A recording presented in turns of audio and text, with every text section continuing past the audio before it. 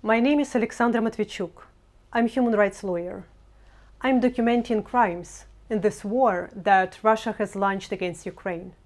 While this war turns people into numbers, we are returning people their names. Because people are not numbers. Life of each person matters. The crime of aggression in and against Ukraine didn't start in February 2022. It started in February 2014 when the Russian Federation violated the Budapest Treaty and utilized their troops in Crimea. Russia has occupied Crimea and part of the eastern regions in Ukraine in 2014, and in 2022 Russia extended this war to the fully fledged invasion. We are witnessing how the crime of aggression opened a path to hell with countless victims.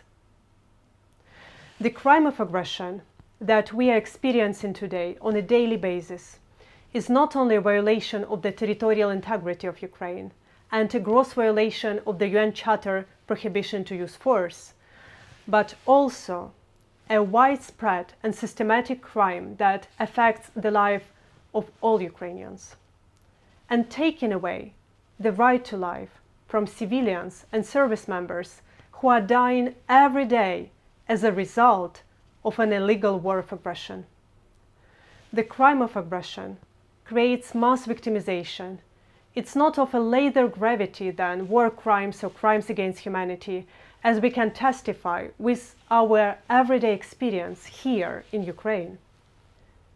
It is therefore a total nonsense that the Rome Statute, as amended in Kampala in 2010, contains restrictions regarding the application of this crime, accepting alleged perpetrators from states that are not parties when they execute aggressive wars against states that have decided to be protected by the ICC jurisdiction, having freely joined the Rome Statute of the ICC. The history of Ukraine since 2014 demonstrates that there can be no impunity for the crime of aggression.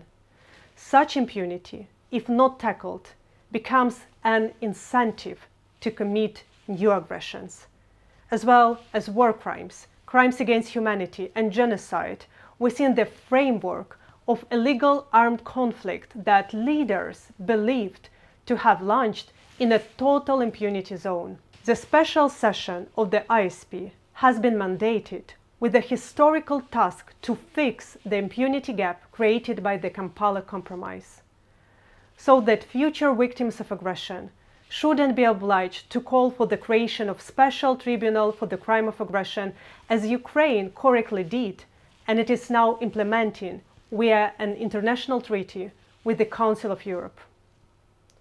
The ICC is a permanent court, pre-established with a potential universal mandate, and the Center for Civil Liberties calls upon all state parties to the Rome Statute to take the right decision now, without postponements and unnecessary delays, and amend Article 15bis of the statute so that future crimes of aggression in the territories of states that will ratify the amendments can be effectively investigated, prosecuted, and adjudicated before the ICC.